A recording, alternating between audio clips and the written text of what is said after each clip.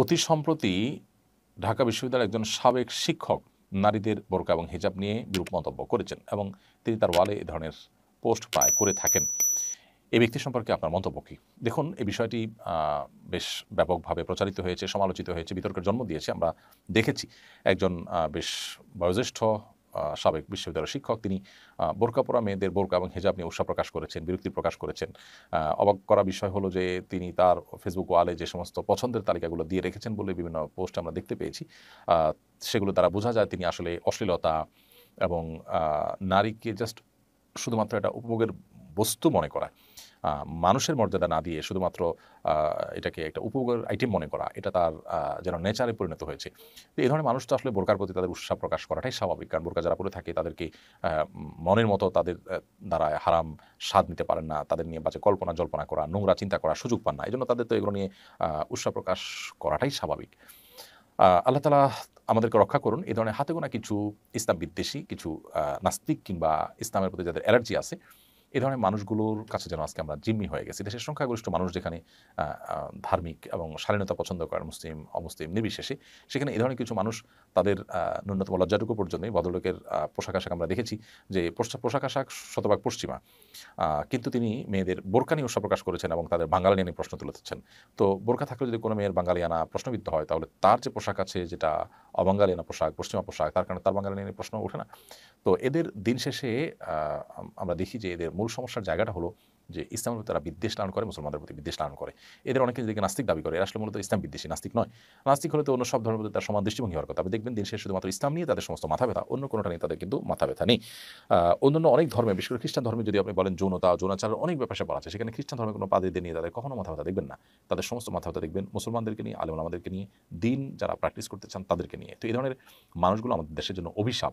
এরাই আমাদের দেশকে আজকে 12টা বাজিয়ে ছেড়েছে। আমাদের সমাজটাকে উচ্ছন্নে যাওয়ার পথে তারা নানাভাবে ভূমিকা পালন করছে। এদের কবল থেকে আমাদের দেশকে আল্লাহ তাআলা হেফাজত করুন। আমাদেরকে আল্লাহ তাআলা যার যার দায়িত্ব পালন করার তৌফিক দান করুন। সাইফুল্লাহ শাওন আপনি লিখেছেন, হিংসা ও অহংকার থেকে বেঁচে থাকার উপায় কি? হিংসা এবং অহংকার এই দুটি কিন্তু খুবই ভয়াবহ অপরাধ এবং কবিরা গুনাহ। সৃষ্টি জগতের প্রথম অপরাধ যেটি সংগঠিত হয়েছে সেটি হলো যে হিংসা। এরপরে অহংকার।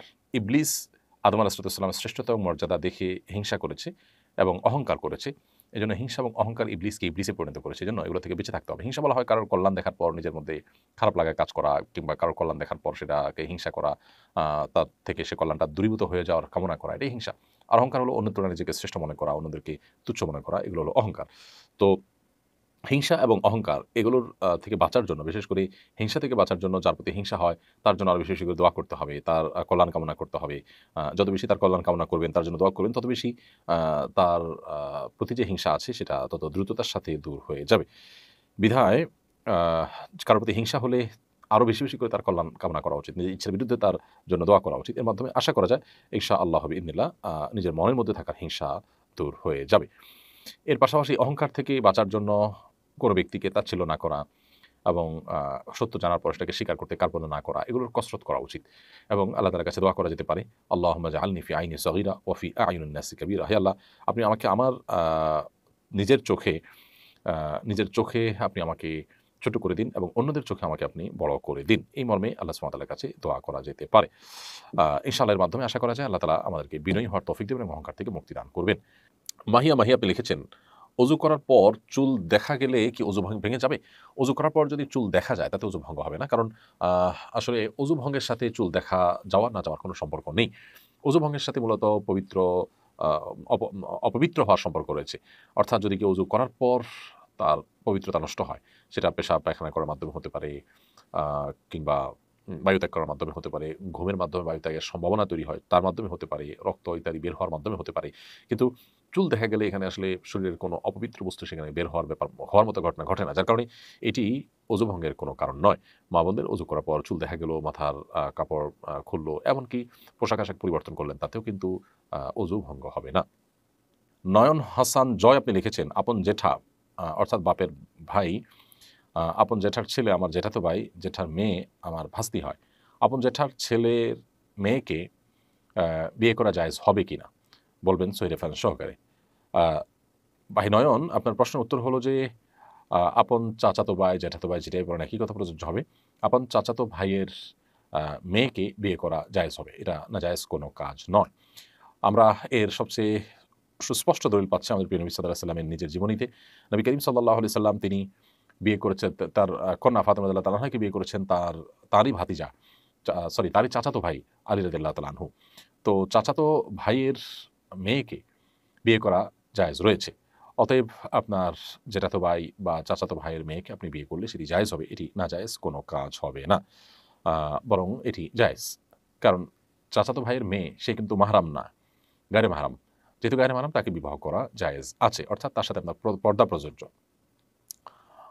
রফিকুল ইসলাম লিখেছেন, আমি প্রায় সময় আমার ২ ছেলেকে নিয়ে বাসায় নামাজ পড়ি। আমার এক ছেলের বয়স ১০ বছর, অন্য ছেলের ৮ বছর।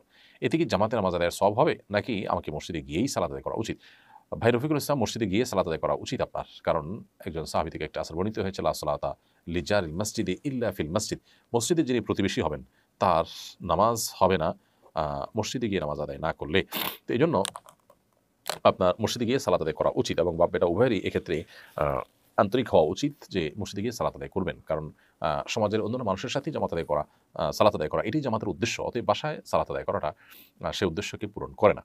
তবে কখনো জামাত মিস হয়ে গেছে, তখন একাকী না পড়ে অবশ্যই বাপ বেটা জামাতের সাথে সালাত আদায় করবেন, বা মসজিদে এত দূরে যে সেখানে যাওয়াটা দুঃসাধ্য কষ্টসাধ্য, সেক্ষেত্রে আপনি বাসায় সালাত আদায় করলেন, এটি জায়েজ হতে পারে। কিন্তু সাধারণত মসজিদে গিয়ে আমাদের জামাতের সাথে সালাত আদায় করার চেষ্টা করা উচিত।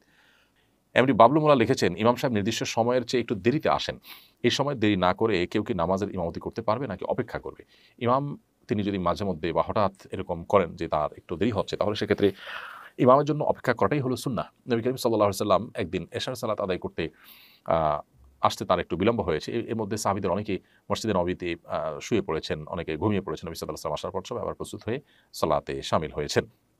এজন্য ইমাম সাহেবের যদি কখনো দেরি হয়, সাধারণত ১ মিনিট, ২ মিনিট, ৪ মিনিট, এর বেশি দেরি হয় না। যদি এরকম কালে ভদ্রে কখনো দেরি হয়, তাহলে সেক্ষেত্রে ইমাম সাহেবের জন্য অপেক্ষা করাটাই হলো সুন্নাহ। আমরা যথাসম্ভব চেষ্টা করব ইমাম সাহেবের জন্য অপেক্ষা করার। আর যদি প্রায় এরকম করেন, তাহলে সেক্ষেত্রে ইমাম সাহেবকে সতর্ক করা যেতে পারে, সাবধান করা যেতে পারে। ইমাম সাহেবকে বলা যেতে পারে যে এটি মুসল্লিদের কষ্টের কারণ হয়।